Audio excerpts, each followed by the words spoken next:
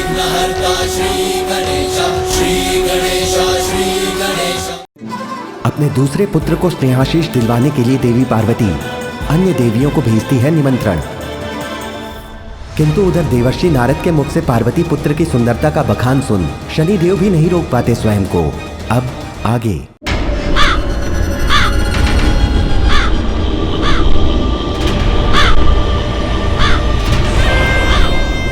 काग, तुम कैलाश तक नहीं जा सकते, मुझे वहां चलकर ही जाना होगा।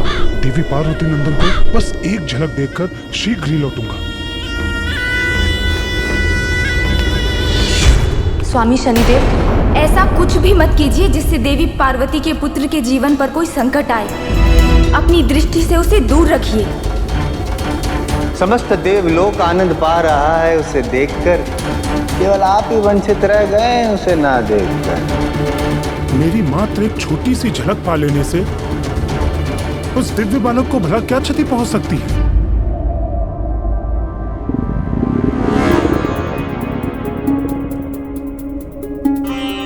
क्या हुआ पुत्र? पता नहीं माँ, अचानक मेरे उदर में हलचल हो रही है।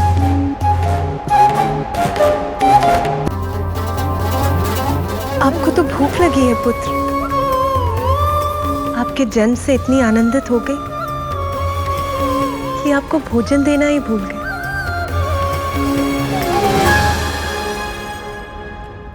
देवी कामधेनु,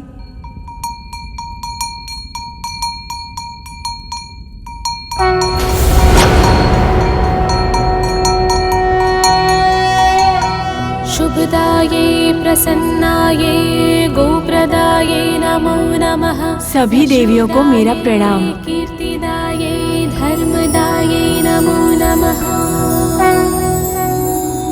महादेव, आज हमारा पुत्र अपना प्रथम आहार पाने जा रहा है।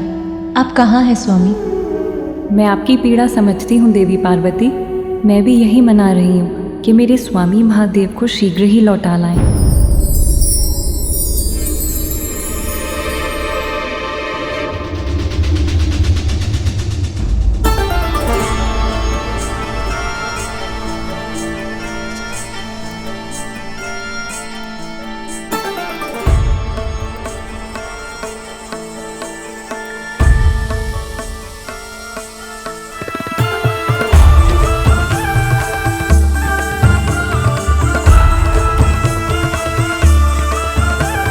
मेरे प्रभु भोलेनाथ, इन पापी अधर्मी असुरों के मध्य रहने को बाध्य हैं। इसका दंड अवश्य दूंगा मैं इस गजासुर को। अपना क्रोध त्याग दो नंदी और इससे युद्ध के विचार को भूल जाओ, क्योंकि जो कार्य एक तिनके से संभव उसके लिए खड़क उठाने की क्या आवश्यकता है?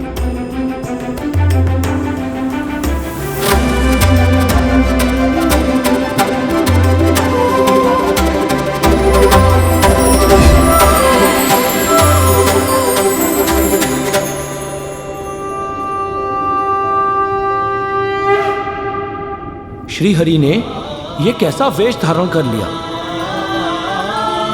कैसा दिख रहा हो नंदी में?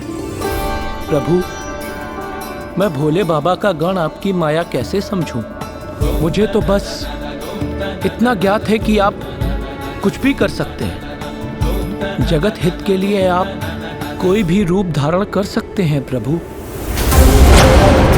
जगत हित के लिए आज तुम्हें भी गाना होगा नंदी।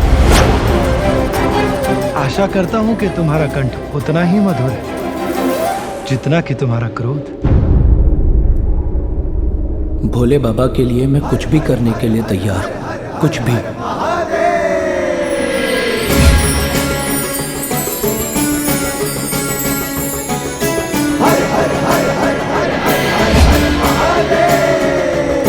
धन्य है आप प्रभु और धन्य है आपकी माया।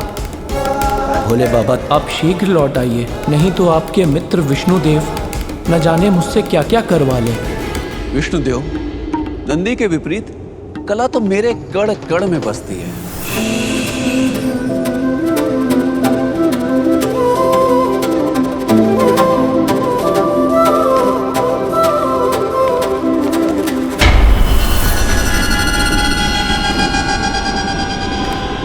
प्रणाम देवी कामधेनु। आप तो सभी गौ की दिव्य माता हैं, जीवन की निरंतरता और समृद्धि की प्रतीक हैं। अपने पवित्र दुग्ध से मुझे अपने पुत्र की भूख मिटाने की अनुमति दीजिए। माता, आपने शुभ कार्य के लिए मेरा आवाहन करके मुझे कृतार्थ कर दिया।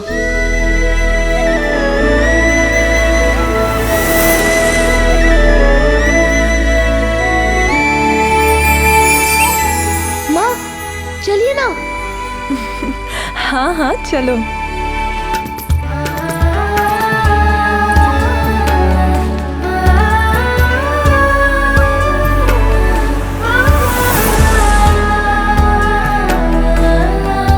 माता, आज मेरा दुग्ध आपके दिव्य पुत्र का आहार बनेगा। मैं धन्य हो गई। भविष्य में जब भी आपको मेरी आवश्यकता हो, आप निसंकोच मेरा स्मरण कर लीजिएगा। अब मुझे आज्ञा दे माता।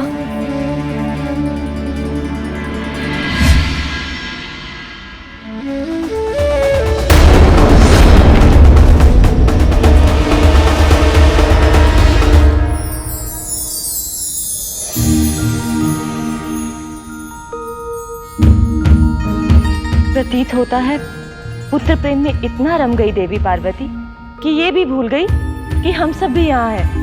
पर इसमें उनका दोष नहीं। पुत्र प्रेम में माँ का रमना तो स्वाभाविक है।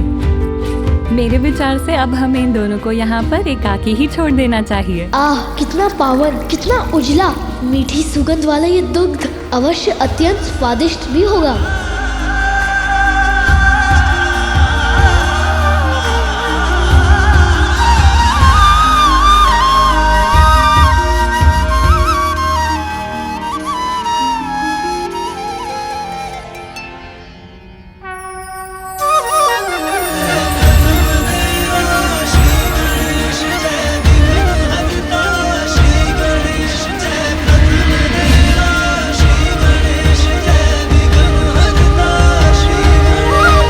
दुग्ध आपको आपके पिता के समान शक्तिशाली बना देगा पुत्र। सच माँ? तो और पिलाइए ना।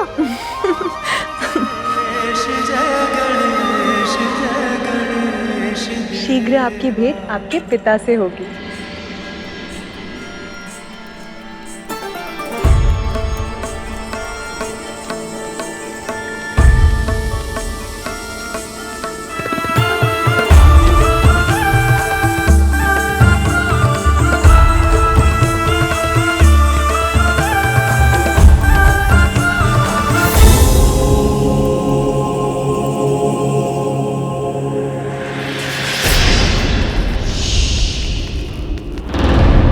उत्तम, अति उत्तम। तुम्हारा नृत्य अत्यधिक मनमोहक है सुंदरी। त्रिलोकी विजेता गजासुर तुम्हारे नृत्य से अत्यधिक प्रसन्न हुए।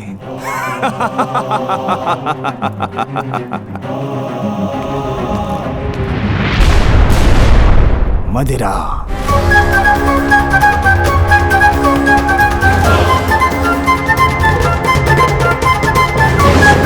दुष्ट असुर शीघ्र मुक्त होंगे मेरे भोले बाबा तुम्हारे उदर से।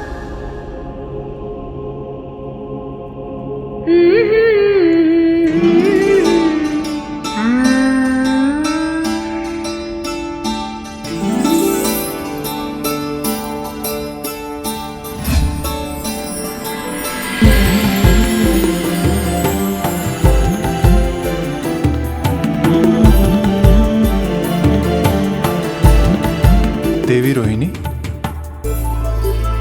स्वामी आप मेरा अपने पति चंद्र का तिरस्कार कर रही हैं। तिरस्कार?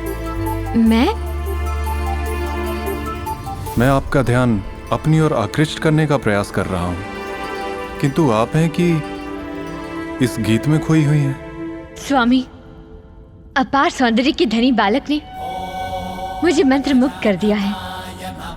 आप ही के समान अनुपम तेज से दमकता हुआ उसका मुखमंडल, आसमान में चमकते हुए सितारों की तरह उसके नेत्र, उसकी सम्मोहित करने वाली मधुर मुस्कान, उसकी वाक्पटुता, उसकी कुशाग्र बुद्धि, सब अत्यंत मनमोहक है स्वामी।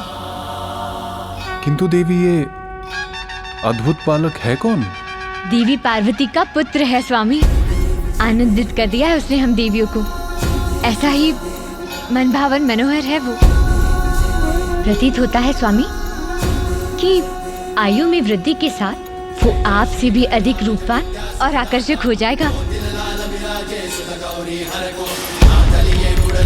सभी देवताओं में सबसे सुंदर माना जाता हूँ मैं, किंतु एक बालक मुझसे भी अधिक सुंदर और मनोहर। आश्चर्य है।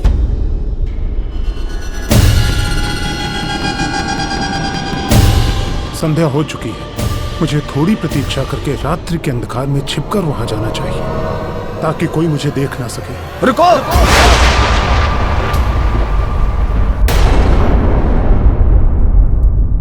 तुम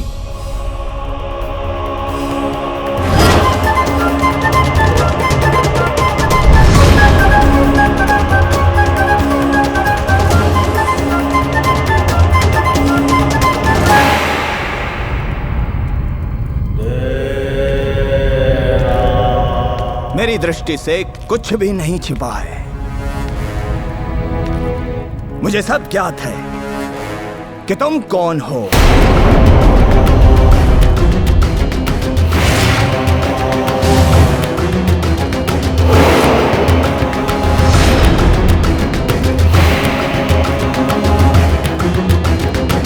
अवश्य तुम ही हो हमारा विशेष मनोरंजन।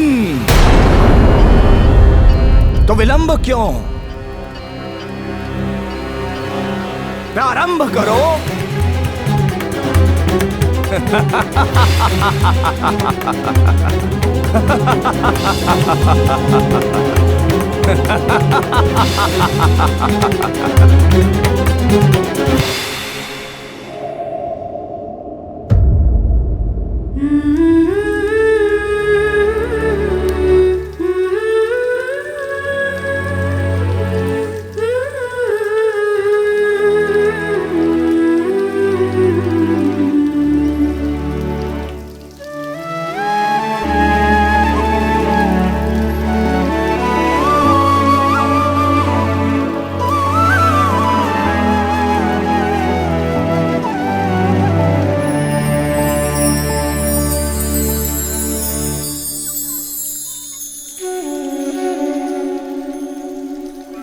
ये प्रकाश कहाँ से उत्पन्न हो रहा है?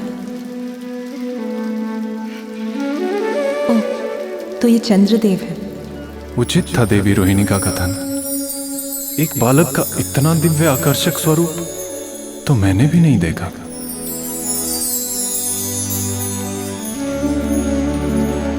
चंद्रदेव, अपने प्रकाश को कम कीजिए, सोने दीजिए इसे।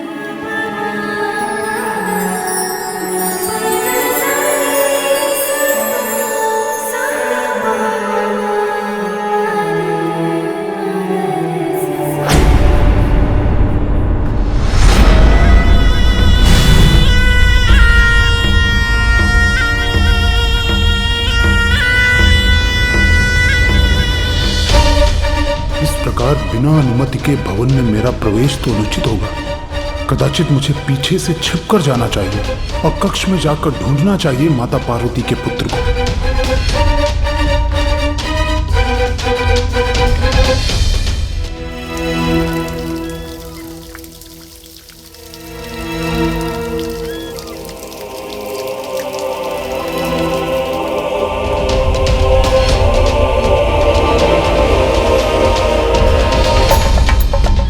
भला हो चंद्रदेव का, जिनका प्रकाश उसे ढूंढने में मेरा सहायक बनेगा।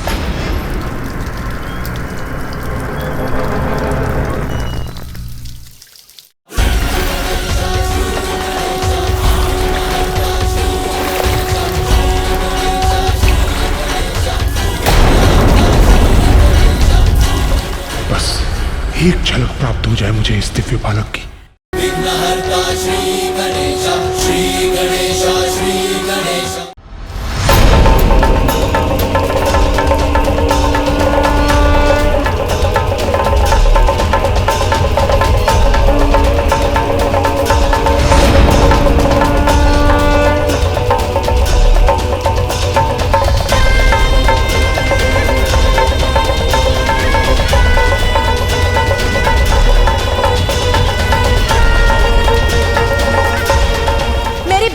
सुनेंगे तो मैं आपको श्राप देती हूँ।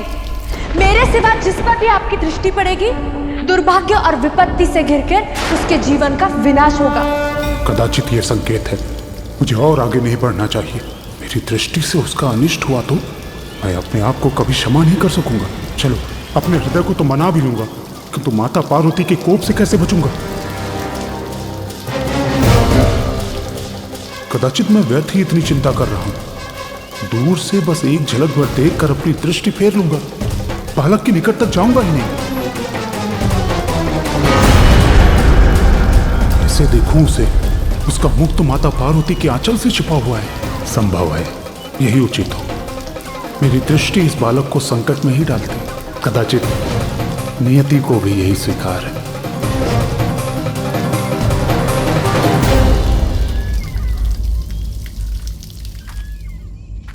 शनिदेव, चंद्रदेव, कहाँ जा रहे हैं आप? अभी तो आपने उस बालक को ठीक से देखा भी नहीं।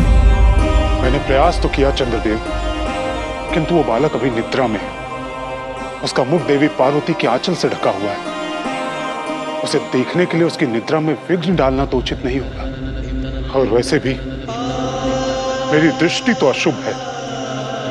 मेरी दृष्टि का दुष्परिणाम सर्वविदित है।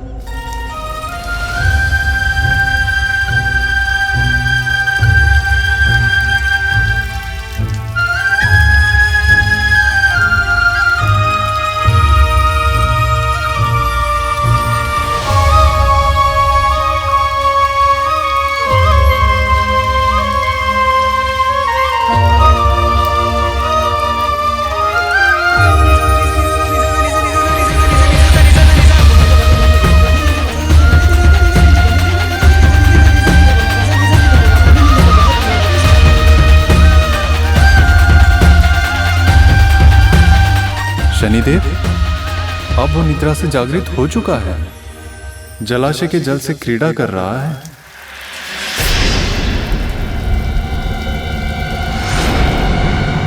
आप यही चाहते हैं ना कि आपकी दृष्टि उस बालक पर ना पड़े? तो मेरा प्रकाश जलाशय में उसका प्रतिबिंब उत्पन्न कर देगा। आप उसे ही देख लीजिए। इससे वो बालक आपकी दृष्टि से भी सुरक्षित रहेगा। क्षणिक देख के घुमा लीजिएगा अपनी दृष्टि। इसमें कहाँ घूमने वाली है सृष्टि? धन्यवाद चंद्रदेव, आपका यह सुझाव उचित है। उसका प्रतिबिंब देखने में तो मुझे कोई दुविधा नहीं होगी।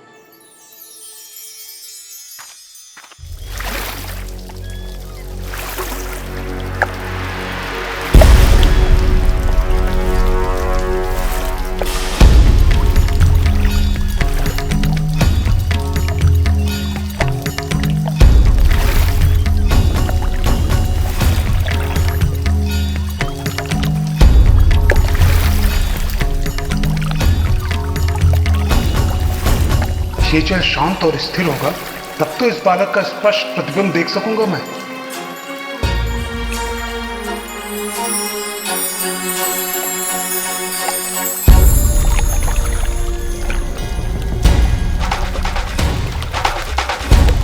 हाँ, अब उचित है।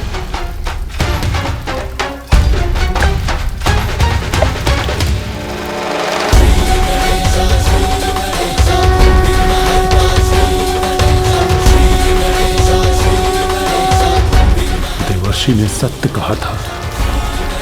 कितना मनोरम रूप है इस दिव्य बालक का। इतनी मनोहर मुस्कान, मोतियों के समान चमकते दंत, नभ के तारों से टिमटिमाते उसके निर्मल नेत्र। अनुपम, अलौकिक है ये बालक।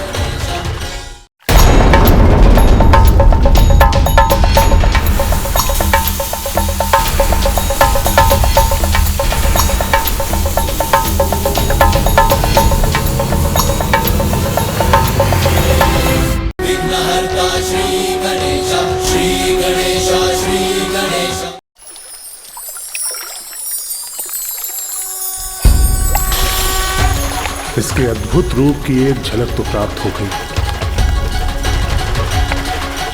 कितना अनोखा दिव्य रूप है बालक का।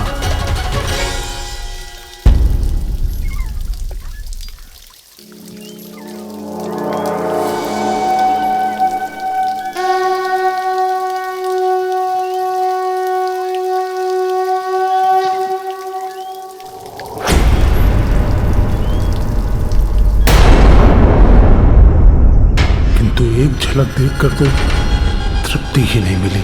हृदय तो तभी तृप्त होगा जब पूर्ण रूप से देखूंगा मैं इस बालक को।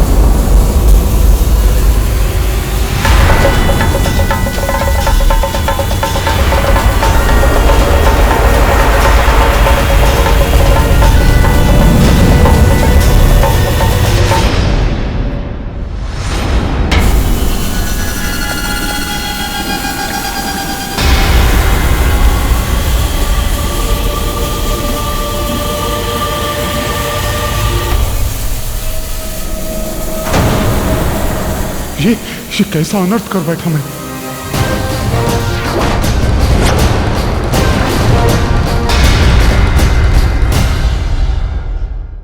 तुम्हारे संगीत से महिषासुर पुत्र गजासुर अत्यंत प्रसन्न हुआ। मांगो।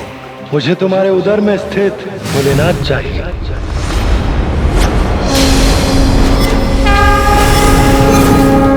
देवी पार्वती माता दुर्गा के रूप में। तुम्हारे संगीत से महिषासुर पुत्र गजासुर अत्यंत प्रसन्न हुआ। मांगो। मुझे तुम्हारे उदर में स्थित भोलेनाथ चाहिए।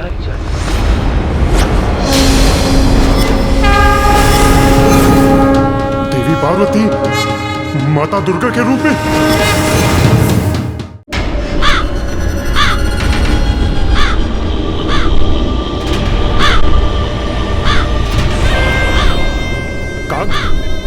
तुम कैलाश तक नहीं जा सकते, मुझे वहां चलकर ही जाना होगा।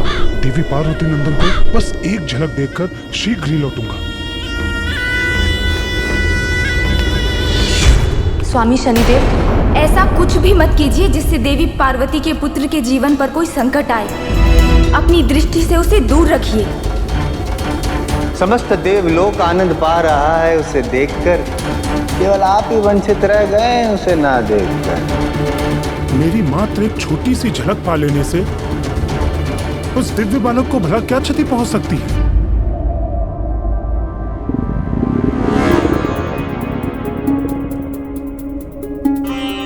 क्या हुआ पुत्र? पता नहीं माँ, अचानक मेरे उदर में हलचल हो रही है।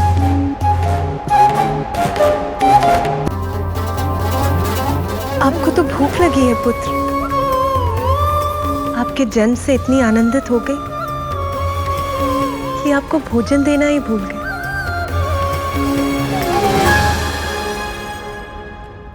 देवी कामधेनु,